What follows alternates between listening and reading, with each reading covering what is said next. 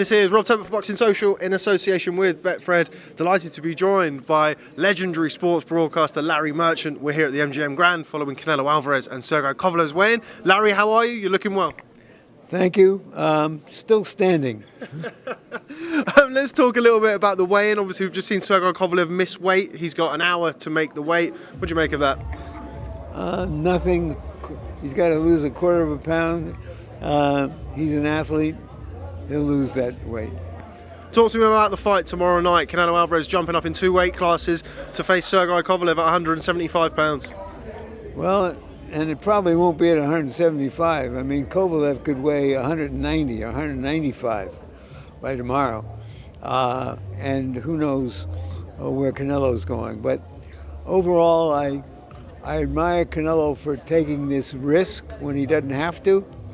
And I'm just curious to see if Kovalev comes up with that one more great fight that some fighters are able to produce. If we look back a few months, we saw Manny Pacquiao do the unexpected, and how the fight unfolds and how it changes to guys who have a lot of different ways to beat you. I spoke to Virgil Hunter yesterday, who of course is Andre Ward's trainer, who trained him through those 2 fights against Sergey Kovalev. I think the general consensus is that Sergey's potentially not the same fighter as we saw before those fights. Would you agree with that? Well, probably not, but as I said, look what Pacquiao did, and if I was a betting man, I'd have lost all my money betting against him on when he beat Thurman. But he's got a good skill set. He's just not a big, strong guy and tough guy as many of the fighters from Eastern Europe who come across the pond are. He's got a good left hand, and he can hurt you with the right hand, and we'll see what happens if that right hand lands.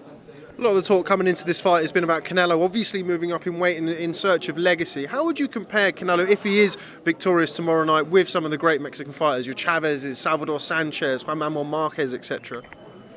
Well, I think he stands up there with most of them. Chavez is a particularly kind of cultural legend in Mexico because he represented the kind of fierce fighting spirit of the country, and he holds a place in their heart that's hard to reproduce. But Canelo is doing it another way. He was recognized when he was a teenager as their next potential hero, and here he is doing heroic things, fighting fighters he doesn't have to fight to make a lot of money. So he wants to be a great man, not just a great fighter, and I salute him for that. There's obviously been more talk this week about surrounding kind of the mythical pound-for-pound status of boxing.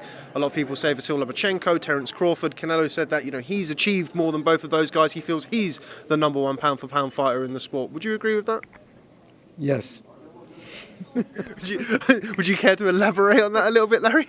Well, I just think he's fought a lot of elite fighters. I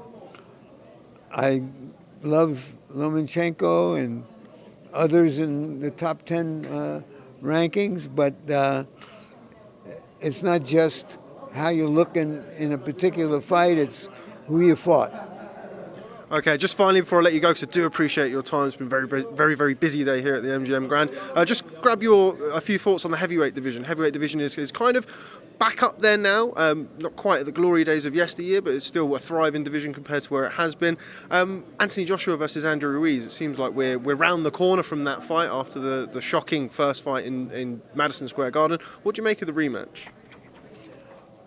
Well, I'm just curious to see what Joshua brings. I thought he would be able to adapt after the first 3 or 4 rounds against Ruiz, but he couldn't. Now he's had a chance to prepare, and so is Ruiz for that matter. I had seen Ruiz in some early preliminary fights, and I thought, this is a guy who can really fight, but he's a fat slob.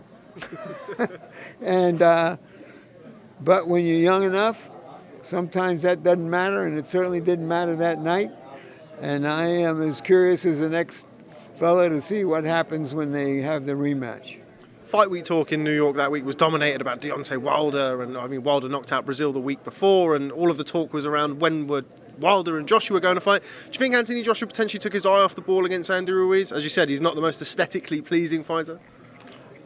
I think it's possible.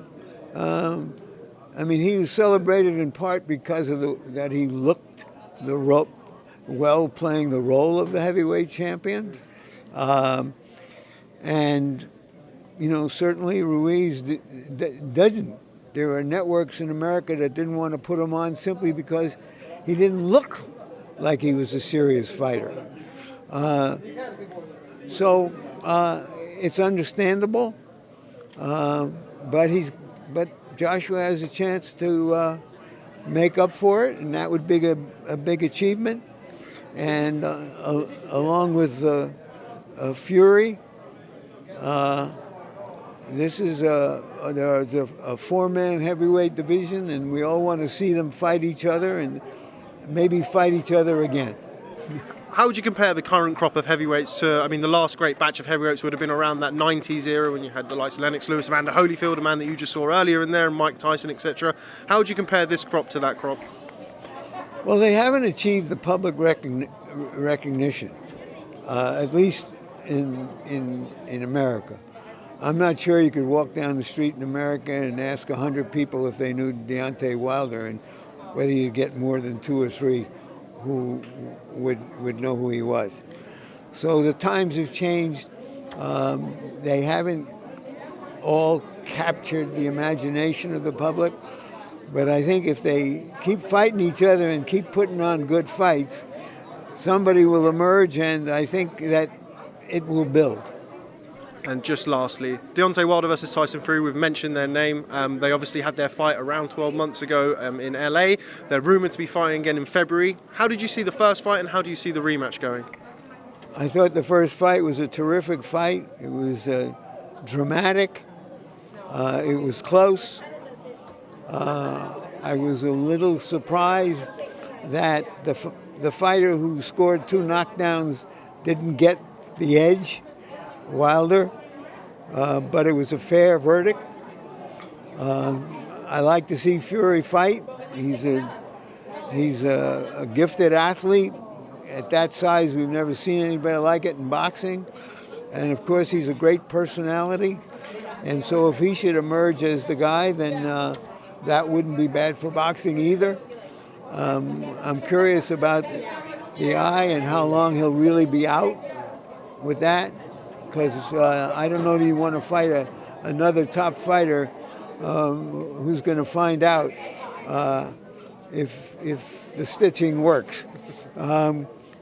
So there are a lot of question marks about them fighting each other. Can you imagine Ruiz up against Fury and what that just looks like? But it's good for boxing, and I want to see the next one and the next one and the next one. Okay, well, Larry Merchant, legendary sports broadcaster, thank you very much for speaking to Boxing Social. Do appreciate your time, and hopefully catch up with you sometime soon. Thank you. Thank you, Larry.